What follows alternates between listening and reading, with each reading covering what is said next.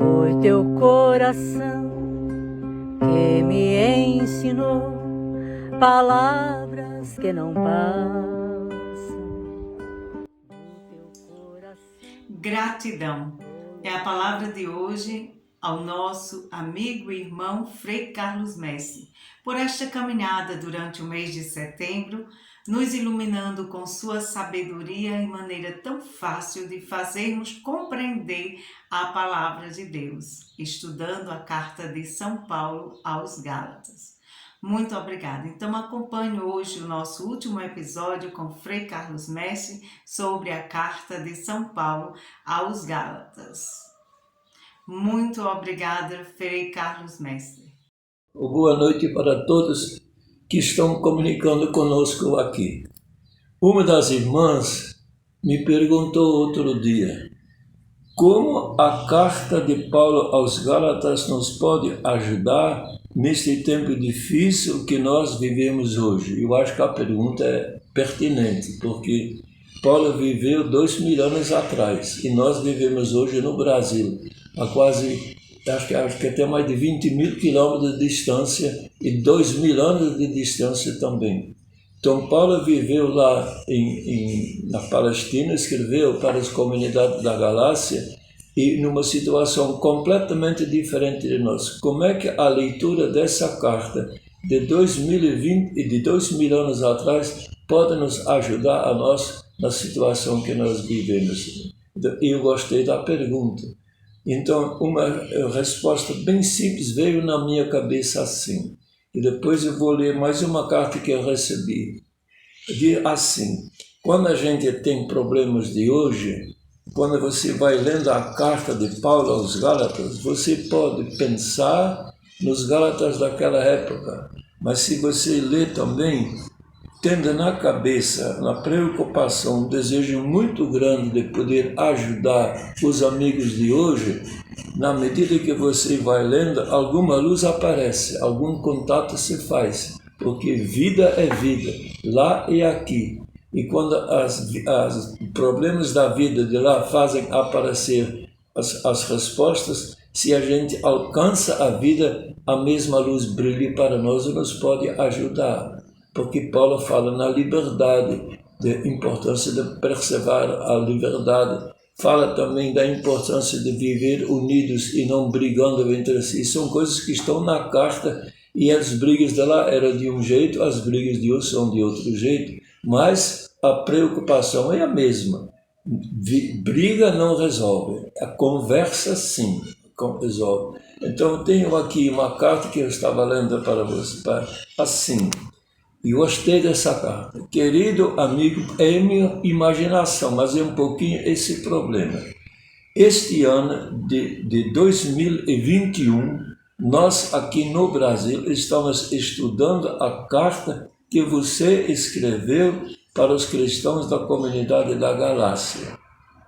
Gostamos muito do jeito que você tem de se comunicar e de transmitir a mensagem de Jesus para nós. Se fosse possível, a gente até gostaria de conversar com você sobre algumas dificuldades que nós encontramos no nosso trabalho pastoral. Pois, lendo as suas cartas, a gente percebe que você tem muita experiência e sabedoria e pode dar-nos uma boa ajuda. Então, eu enumerei aqui 7 dificuldades para você nos ajudar, diz a carta aqui. Então ele vai enumerando dificuldades daquela época. Diz assim: Paulo, a pergunta principal, como é que você fez para inculturar a boa nova de Jesus, levando a boa nova da roça da Galileia para as cidades da Grécia? Diferença muito grande. Hoje, muitos de nós que agora vivemos nas periferias das grandes cidades, viemos do interior da roça. E aí tentamos realizar o mesmo processo da roça para a cidade. E é possível viver na cidade a espiritualidade própria da roça? São perguntas que a gente tem. Se a gente pudesse conversar com Paulo, são perguntas. Mas tendo essa pergunta na cabeça, você vai lendo a carta, alguma luz aparece. Outra pergunta. Você era um letrado, estudou muito.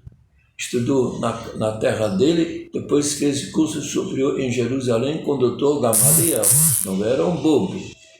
Você era um letrado, formou-se na Escola Superior de Jerusalém.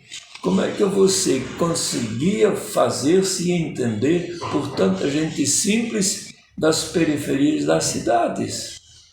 Hoje muitas pessoas apenas sabem ler e escrever. Pessoas muito simples. Não é fácil falar de tal maneira que elas possam entender a fala de tanta gente. E que então às vezes a gente tenta se fazer entender e às vezes a gente, querendo ou não, o pessoal não nos entende. Como é que Paulo fez? Ajuda-nos a ter esta linguagem simples que todo mundo entende. Eu acho que é uma dificuldade grande que nós temos hoje. Uma outra dificuldade. Você trabalhava numa oficina para ganhar seu sustento. Os outros missionários recebiam um salário pelo seu trabalho como missionários. Por que você fazia questão de anunciar a boa nova de graça para as comunidades? Hoje, quando as comunidades convidam alguém para falar sobre a fé ou para dar um curso, eles costumam pagar alguma coisa. E Paulo fazia questão de não receber nada mesmo. Então, acho que isso é muito importante. E quando a gente tem isso na cabeça, ouve falar da vida de Paulo e perguntar, hoje nós, que a gente vai às vezes falar, às vezes o povo dá e faz questão de dar. E Paulo teve até uma briga com o pessoal de Corinto, não sei se teve esta briga com o pessoal da Galácia, mas em Corinto queria pagar, e Paulo não aceita. Recebi de graça, comunico de graça. Fazia uma questão de... Isso é bonito isso, né? Mas como é que ele podia viver? Sabe como é que ele vivia? Quando ele chegava numa cidade, ele procurava duas coisas. Primeiro, a sinagoga e outro, um lugar para poder trabalhar e ganhar. Então, duas coisas. Um emprego e um lugar para falar ao povo na sinagoga. Então, isso era outra pergunta. Como é que você fazia para acompanhar a caminhada das comunidades e como você fazia para que elas continuassem unidas entre si, apesar de tantas divisões e perseguições? Hoje tem dioceses com dezenas e até centenas de comunidades, grupos e pastorais. Não é fácil manter todos na união. Há muitas opiniões e tensões. Isto todo mundo sabe e percebe, quem trabalha um pouquinho. Como é que Paulo conseguia manter esta unidade e como é que ele nos pode ajudar? Porque acho que isso não é para todo mundo pensar igual, de jeito nenhum, mas é de manter as diferenças, conversar um com os outros, para que na conversa um aprende dos outros, que ninguém é tão bobo que não tem alguma coisa para ensinar, e ninguém é tão instruído que não tem alguma coisa para poder receber dos outros. Todo mundo é professor e aluno uns dos outros, e isto eu acho que Paulo fez. Ele aprendeu demais dos coríntios, dos gálatas, convivendo com o povo. Ele era, não digo professor, é professor da aula. Paulo era um mestre, convivia o tempo todo e convivendo, ele aprendia das comunidades, as comunidades aprendiam dele. Não é bonito isso? Outra dificuldade. Como você vivia os conflitos políticos com relação ao Império Romano? Como você encarava o problema da escravidão, que havia tantos escravos? Pois no seu tempo havia tanto escravo. Hoje a política mexe com as pessoas. Alguns são a favor do governo, outros são contra. Muitas vezes dá briga dentro das famílias e dentro das comunidades. E eu acho que isso também faz parte.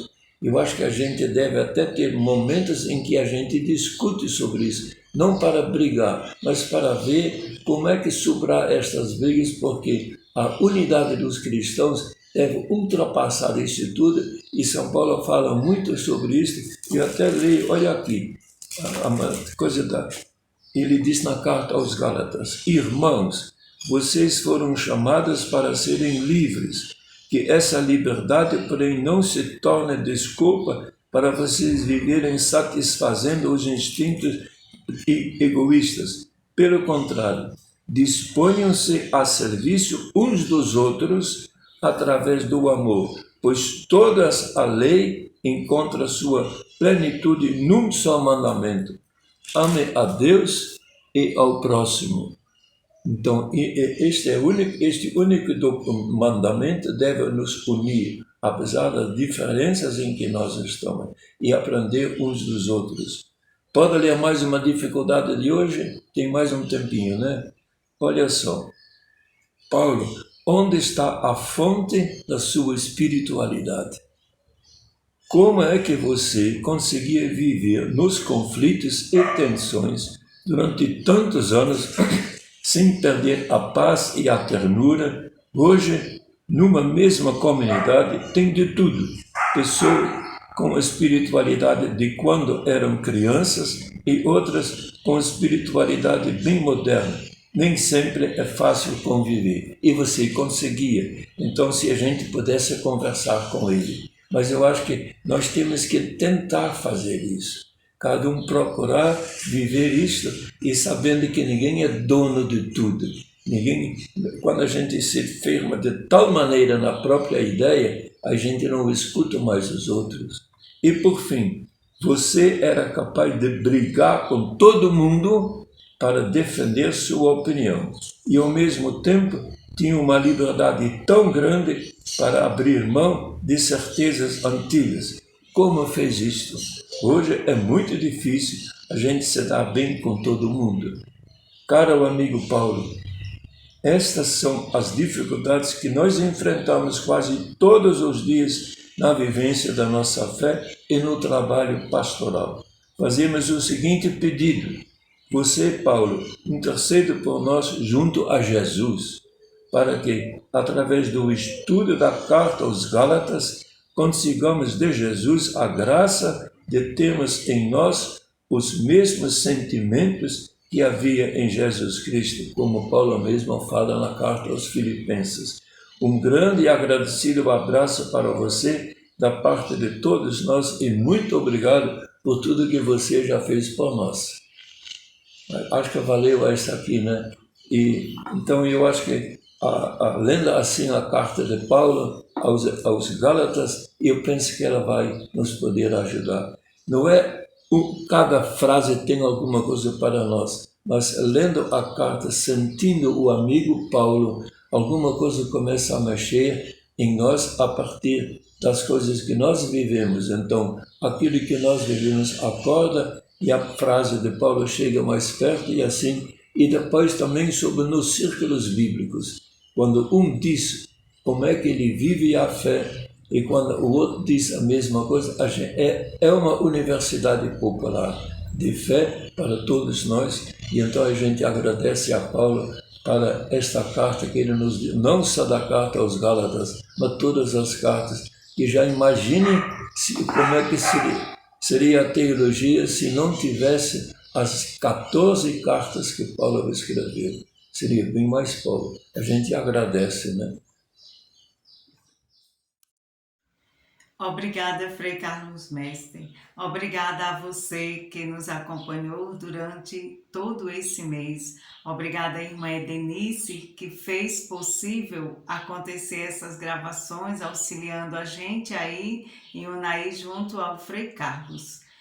E queremos convidar você para continuar em sintonia no nosso canal Irmãs Missionárias Carmelita, porque temos muita novidade para o mês missionário, mês de outubro. As irmãs vão falar para nós um pouco sobre suas experiências na missão de cada dia como irmã missionária carmelita. Então, vem estar conosco, continue em sintonia. Irmãs Missionárias Carmelitas.